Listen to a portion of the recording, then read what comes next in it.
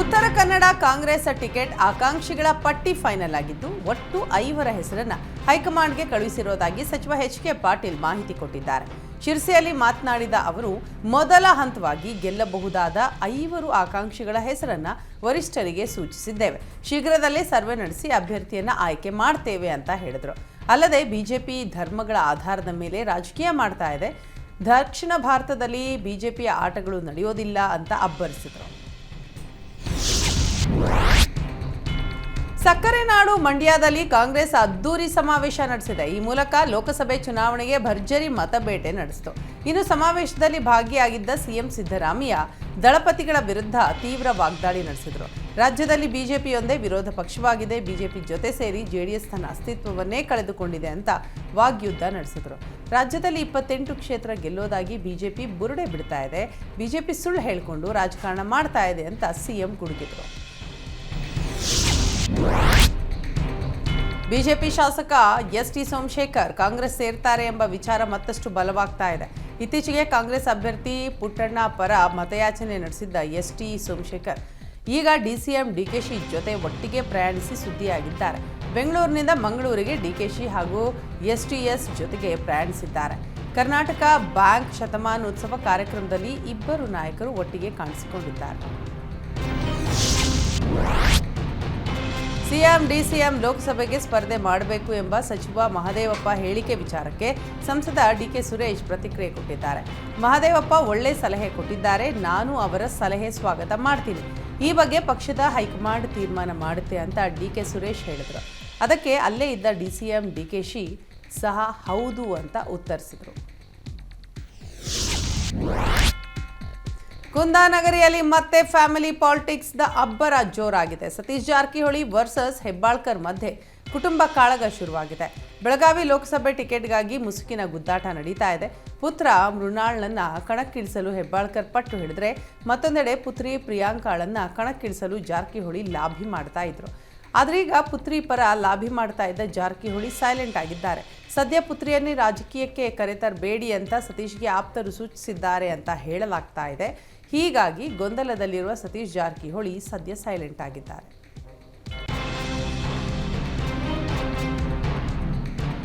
ಬಿಜೆಪಿಗರ ವಿರುದ್ಧ ಶಾಸಕ ಎಸ್.ಟಿ. ಸೋಮಶೇಖರ್ ಕಿಡಿಕಾರಿದ್ದಾರೆ. ದೇಹ ಒಂದು ಕಡೆ, ಮನಸ್ಸು ಮತ್ತೊಂದು ಕಡೆ ಅಂತ ಹೇಳಿದ್ದ ಬಿಜೆಪಿಗರಿಗೆ ಎಸ್ಟಿಎಸ್ ತಿರುಗೇಟು ಕೊಟ್ಟಿದ್ದಾರೆ. ನನ್ನ ಮನಸ್ಸು ಯಶವಂತಪುರ ಕ್ಷೇತ್ರದ ಕಡೆ ಇದೆ, ಯಶವಂತಪುರ ಜನತೆಯ ಸಮಸ್ಯೆಯನ್ನ ಬಗೆಹರಿಸೋದೇ ನನ್ನ ಮುಖ್ಯ ಉದ್ದೇಶ. ಮನಸ್ಸು ಎಲ್ಲೋ, ಹೃದಯ ಇನ್ನೆಲ್ಲೋ ಇಲ್ಲ ಅಂತ ಟಾಂಗ್ ಕೊಟ್ಟಿದ್ದಾರೆ. ಆತ್ಮಹತ್ಯೆ ಮಾಡಿಕೊಂಡ ರೈತ ಕುಟುಂಬಗಳಿಗೆ ಸೂಕ್ತ ಪರಿಹಾರ ಒದಗಿಸುವಂತೆ ಸಿಎಂ ಸಿದ್ದರಾಮಯ್ಯಗೆ ಹಾವೇರಿ ರೈತರು ಮನವಿ ಮಾಡಿಕೊಂಡರು. ಹಾವೇರಿ ಮೆಡಿಕಲ್ ಕಾಲೇಜಿನಲ್ಲಿ ಸಿಎಂ ಭೇಟಿಯಾದ ರೈತರು ಸಾಲಬಾಧೆ ತಾಳಲಾರದೆ ಮೃತಪಟ್ಟ ಕೃಷಿಕರ ಸಂಬಂಧಿಗಳಿಗೆ ಅಗತ್ಯ ಪರಿಹಾರ ನೀಡಬೇಕು ಅಂತ ಒತ್ತಾಯಿಸಿದರು. ಇನ್ನು ರೈತರ ಮನವಿಗೆ ಸ್ಪಂದಿಸಿದ ಸಿಎಂ, ನಾನು ಸಹ ರೈತ, ಮೊದಲು ರೈತ ಸಂಘದಲ್ಲಿ ಇದ್ದವನು, ಅನ್ನದಾತರ ಎಲ್ಲ ಸಮಸ್ಯೆಗಳನ್ನು ಪರಿಹಾರ ಮಾಡಲು ಆಗದೇ ಇದ್ರೂ ಸಾಧ್ಯವಾದಷ್ಟು ಪರಿಹರಿಸಲು ಕ್ರಮ ತೆಗೆದುಕೊಳ್ಳುವುದಾಗಿ ಭರವಸೆ ನೀಡಿದರು. ಇದೇ ವೇಳೆ ರೈತರ ಒತ್ತಾಸೆಯಂತೆ ಹೊಸ ಬೋರ್ವೆಲ್ಗಳಿಗೆ ವಿದ್ಯುತ್ ಸಂಪರ್ಕ ನೀಡಲು ಅಧಿಕಾರಿಗಳಿಗೆ ಸೂಚಿಸುವುದಾಗಿ ಹೇಳಿದರು. ಲೋಕಸಮರ ಹತ್ತಿರವಾಗ್ತಾ ಇದ್ದಂತೆ ಮಾಜಿ ಸಿಎಂ ಎಚ್.ಡಿ.ಕೆ. ಟೆಂಪಲ್ ರನ್ ಶುರು ಮಾಡಿದ್ದಾರೆ. ತವರು ಜಿಲ್ಲೆ ಹಾಸನದ ವಿವಿಧ ಧಾರ್ಮಿಕ ಕ್ಷೇತ್ರಗಳಲ್ಲಿ ಎಚ್.ಡಿ.ಕೆ. ಪ್ರದಕ್ಷಿಣೆ ಹಾಕಿದ್ದಾರೆ. ಅರಕಲಗೂಡು, ಹಾಸನ, ಅರಸೀಕೆರೆಯ ವಿವಿಧ ದೇವಾಲಯಗಳ ಉದ್ಘಾಟನಾ ಕಾರ್ಯಕ್ರಮದಲ್ಲಿ ಕುಮಾರಸ್ವಾಮಿ ಪಾಲ್ಗೊಂಡಿದ್ದರು. ಇನ್ನು ವೀರಾಂಜನೇಯ ದೇವಾಲಯ ಉದ್ಘಾಟನೆಗಾಗಿ ಮಾರನಾಯಕನಹಳ್ಳಿ ಗ್ರಾಮಕ್ಕೆ ಆಗಮಿಸಿದ ಎಚ್.ಡಿ.ಕೆ.ಗೆ ಗ್ರಾಮಸ್ಥರು ಭರ್ಜರಿ ಸ್ವಾಗತ ನೀಡಿದರು. ಈ ವೇಳೆ ಮಾಜಿ ಸಚಿವ ಎಚ್.ಡಿ. ರೇವಣ್ಣ ಸಾಥ್ ನೀಡಿದರು. ಬೆಳಗಾವಿಯಲ್ಲಿ ನೂತನ ಬಸ್ಗಳನ್ನು ಲೋಕಾರ್ಪಣೆಗೊಳಿಸಲಾಯಿತು. ಬೆಳಗಾವಿ ಕೇಂದ್ರ ಬಸ್ ನಿಲ್ದಾಣದಲ್ಲಿ ಸಾರಿಗೆ ಸಚಿವ ರಾಮಲಿಂಗಾರೆಡ್ಡಿ ಹೊಸ ಬಸ್ಗಳಿಗೆ ಹಸಿರು ನಿಶಾನೆ ತೋರಿದರು. ವಿಶೇಷ ತಂತ್ರಜ್ಞಾನ ಹೊಂದಿರುವ 50 ಹೊಸ ಬಸ್ಗಳು ಲೋಕಾರ್ಪಣೆಯಾಗಿದ್ದು, 4 ಕೋಟಿ ವೆಚ್ಚದಲ್ಲಿ ನಿರ್ಮಾಣವಾದ ಹಾರೂಗೇರಿ ಬಸ್ ನಿಲ್ದಾಣವನ್ನು ಉದ್ಘಾಟಿಸಿದರು. ಇದೇ ವೇಳೆ ಅಪಘಾತ ರಹಿತ 38 ಬಸ್ ಚಾಲಕರಿಗೆ ಬೆಳ್ಳಿ ಪದಕ ವಿತರಿಸಲಾಯಿತು. ಕಾರ್ಯಕ್ರಮದಲ್ಲಿ ಸಚಿವ ಲಕ್ಷ್ಮೀ ಹೆಬ್ಬಾಳ್ಕರ್, ವಾಯುವ್ಯ ಕರ್ನಾಟಕ ರಸ್ತೆ ಸಾರಿಗೆ ಸಂಸ್ಥೆ ಅಧ್ಯಕ್ಷ ರಾಜು ಕಾಗೆ, ಶಾಸಕ ಆಸಿಫ್ ಸೇಠ್, ಬಾಬಾ ಸಾಹೇಬ್ ಪಾಟೀಲ್, ಅಶೋಕ್ ಪಟ್ಟಣ್ ಸೇರಿ ಹಲವರು ಭಾಗಿಯಾದರು. ಸುಪ್ರೀಂ ಕೋರ್ಟ್ ಆದೇಶ ಮಾಡಿದ ಜಾಗ ಬಿಟ್ಟು ಬೇರೆ ಕಡೆ ರಾಮ ಮಂದಿರ ನಿರ್ಮಾಣ ಮಾಡಿದ್ದಾರೆ ಎಂಬ ಸಚಿವ ಸಂತೋಷ್ ಲಾಡ್ ಹೇಳಿಕೆಯನ್ನ ಗೃಹ ಸಚಿವ ಪರಮೇಶ್ವರ್ ಸಮರ್ಥಿಸಿಕೊಂಡಿದ್ದಾರೆ. ಹಾವೇರಿಯಲ್ಲಿ ಮಾತನಾಡಿದ ಅವರು, ಆರೋಪ ಅಂತ ಯಾಕಂತೀರಿ? ಸಂತೋಷ್ ಲಾಡ್ ವಸ್ತುಸ್ಥಿತಿ ಹೇಳಿದ್ದಾರೆ. ಆರೋಪ ಅಂತ ಹೇಳೋದು ಸರಿಯಲ್ಲ ಎಂದು ಸಂತೋಷ್ ಲಾಡ್ ಪರ ಪರಮೇಶ್ವರ್ ಬ್ಯಾಟ್ ಬೀಸಿದ್ದಾರೆ.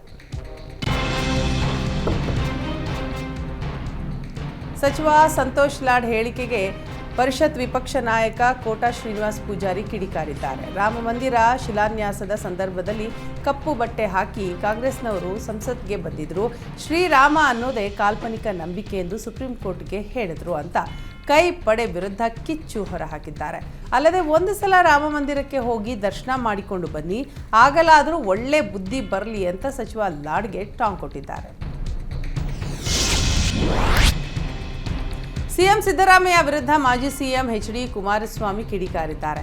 ಸಿದ್ದರಾಮಯ್ಯ ನಮಗೆ ಬಜೆಟ್ ಅಂದರೆ ಗೊತ್ತಿಲ್ಲ ಅಂತಾರೆ. ಅವರ ನಡವಳಿಕೆ ನೋಡಿದ್ರೆ ಹಿಂದಿನ ಮಾತಿನಂತೆ 100 ಸುಳ್ಳು ಹೇಳಿ ಸತ್ಯ ಎಂದೇ ನಂಬಿಸಲು ಹೊರಟಿದ್ದಾರೆ ಅಂತ ಕಾಣುತ್ತೆ ಎಂದು ಎಚ್.ಡಿ.ಕೆ ಕಿಡಿಕಾರಿದ್ದಾರೆ. ಕೇಂದ್ರ ಸರ್ಕಾರ ಸಾಲ ಮಾಡಿದೆ ಅಂತ ಸಿಎಂ ಆರೋಪಿಸ್ತಾರೆ. ನಾನು ಸಿಎಂ ಆಗಿದ್ದಾಗ ರಾಜ್ಯ ಸರ್ಕಾರದ ಸಾಲ 45,000 ಕೋಟಿ ಇತ್ತು. ಈಗ 6 ಲಕ್ಷ ಕೋಟಿಗೂ ಅಧಿಕ ಸಾಲ ಆಗಿದೆ ಅಂತ ತಿರುಗೇಟು ನೀಡಿದರು. ಅಲ್ಲದೆ ಗ್ಯಾರಂಟಿ ಯೋಜನೆಗಾಗಿ ಸಾಲ ಮಾಡಿಕೊಳ್ತಿದ್ದಾರೆ. ಇವರ ಸಾಲವನ್ನು ಜನರೇ ತೀರಿಸಬೇಕು ಅಂತ ಎಚ್.ಡಿ.ಕೆ ವಾಗ್ಯುದ್ಧ ನಡೆಸಿದರು. ಕನ್ನಡ ನಾಮಫಲಕಕ್ಕೆ ಡೆಡ್ ಲೈನ್ ನೀಡಿದ್ದ ಬಿಬಿಎಂಪಿ ದ್ವಂದ್ವ ನಿಲುವು ಅನುಸರಿಸ್ತಾ ಇದೆ. ಫೆಬ್ರವರಿ 28ಕ್ಕೆ ಡೆಡ್ ಲೈನ್ ನೀಡಿರೋ ಬಿಬಿಎಂಪಿ ಈಗಾಗಲೇ ಕೆಲ ಕಡೆ ರೇಡ್ ಮಾಡಿ ತಾತ್ಕಾಲಿಕವಾಗಿ ವಾಣಿಜ್ಯ ಮಳಿಗೆಗಳಿಗೆ ಬೀಗ ಹಾಕಿದೆ. ಆದರೆ ಕಮಿಷನರ್ ಮಾತ್ರ ನಾವು ಬೀಗ ಹಾಕಿಲ್ಲ ಅಂತ ಹೇಳ್ತಿದ್ದಾರೆ. ಯಾರು ನಿಯಮದಂತೆ ಕನ್ನಡ ನಾಮಫಲಕ ಬಳಕೆ ಮಾಡಿಲ್ವೋ ಅಂತಹ ಜಾಗದಲ್ಲೇ ಕಪ್ಪು ಬಣ್ಣ ಬಳಿಯೋ ಕೆಲಸ ಮಾಡಿದ್ದೇವೆ.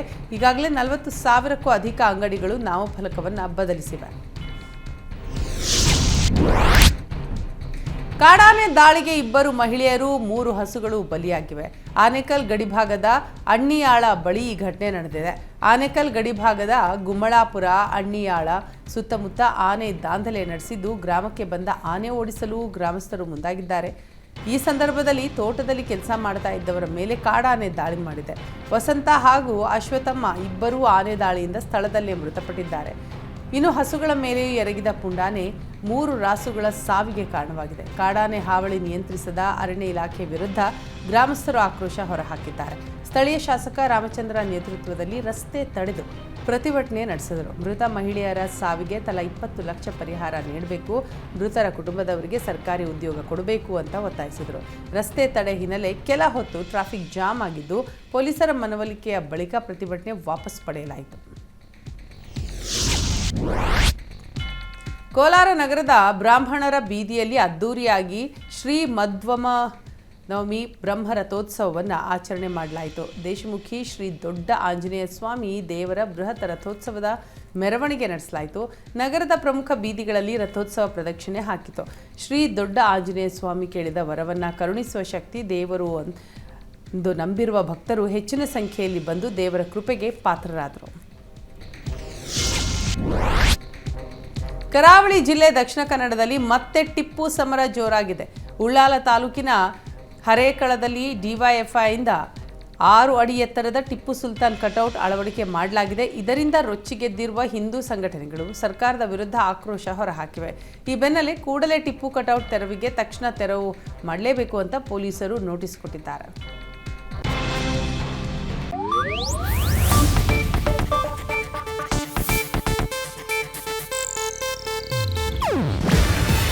ಇದು ಏಷ್ಯಾನೆಟ್ ನ್ಯೂಸ್ ನೆಟ್ವರ್ಕ್ ಪ್ರಸ್ತುತಿ.